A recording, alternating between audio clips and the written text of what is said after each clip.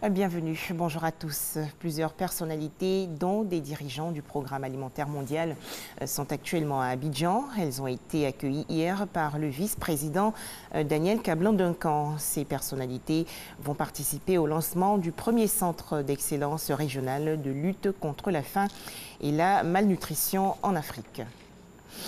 Kigali, la capitale du Rwanda, accueille aujourd'hui la 7e édition de l'Africa CEO Forum. Les travaux vont porter sur l'intégration économique. La Côte d'Ivoire est représentée par le Premier ministre Amadou Gon Coulibaly. On en parle avec vous. Herman Guivet, bonjour. Bonjour Juliette, nous sommes ici au Kigali Center Convention et c'est ici que vient de s'ouvrir il y a quelques instants la cérémonie officielle du Africa CEO Forum, ce forum économique très important pour le secteur privé.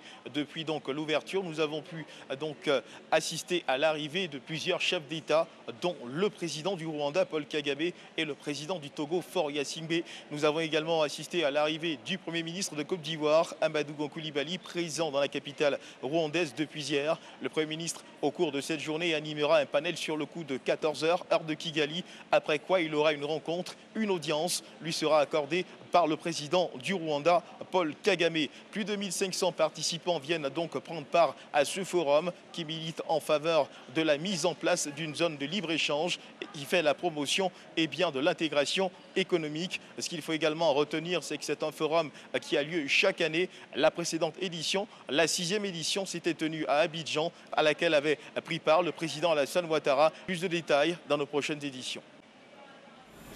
Merci Herman Guivet. Retour donc en Côte d'Ivoire. Les enseignants membres de la coalition des syndicats du secteur éducatif formation reprennent le travail ce lundi matin. Décision prise à l'issue de l'Assemblée générale tenue samedi. Le COSEFSI a donc pris l'engagement de suspendre son mot d'ordre de grève pour un délai d'1 mois avec rétention des notes afin de continuer les négociations avec le gouvernement. 29 mars 2019, date retenue pour la fin du projet de facilitation du commerce et du transport sur le corridor Abidjan-Lagos. Ce projet est une initiative de la CEDEAO. Il s'agit de mettre fin aux entraves et autres pratiques anormales qui constituent des obstacles à la libre circulation des biens et personnes dans 5 pays de la sous-région ouest-africaine. Le point avec Cheikh Koné.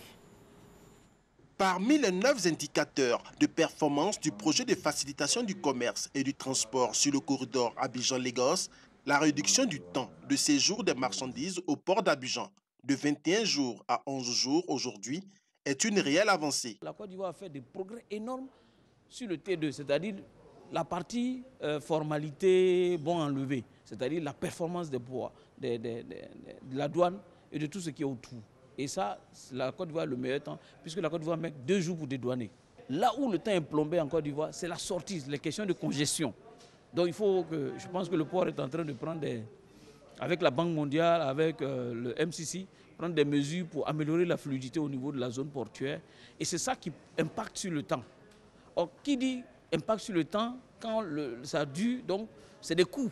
Et donc ces coûts sont forcément imputés au consommateur final du produit. Tous les trimestres, durant 8 ans, les experts des 5 pays, à savoir le Ghana, le Bénin, le Togo, le Nigeria et la Côte d'Ivoire, ont collecté leurs différentes données afin d'améliorer la performance de leurs ports et l'état de leurs infrastructures routières. Le projet du PFCTCAL, en réduisant drastiquement les temps de traversée des ports et des frontières, normalement impactera positivement sur le volet socio-économique des populations. 27 millions de voyageurs, dont de nombreux commerçants et 140 000 routiers, empruntent chaque année l'axe Abidjan-Lagos. Ce axe concentre 65% des activités économiques et 6% du PIB de la région généré par le secteur des transports. Grande émotion au Mali après le massacre d'environ 134 personnes, dont des femmes et des enfants, dans un village Peul du centre du pays.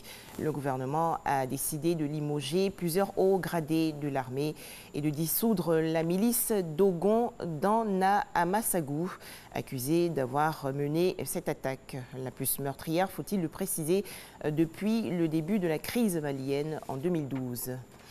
Enfin, premier tour de l'élection présidentielle aux Comores. L'opposition accuse le président sortant Azali Assoumani de coup d'État électoral.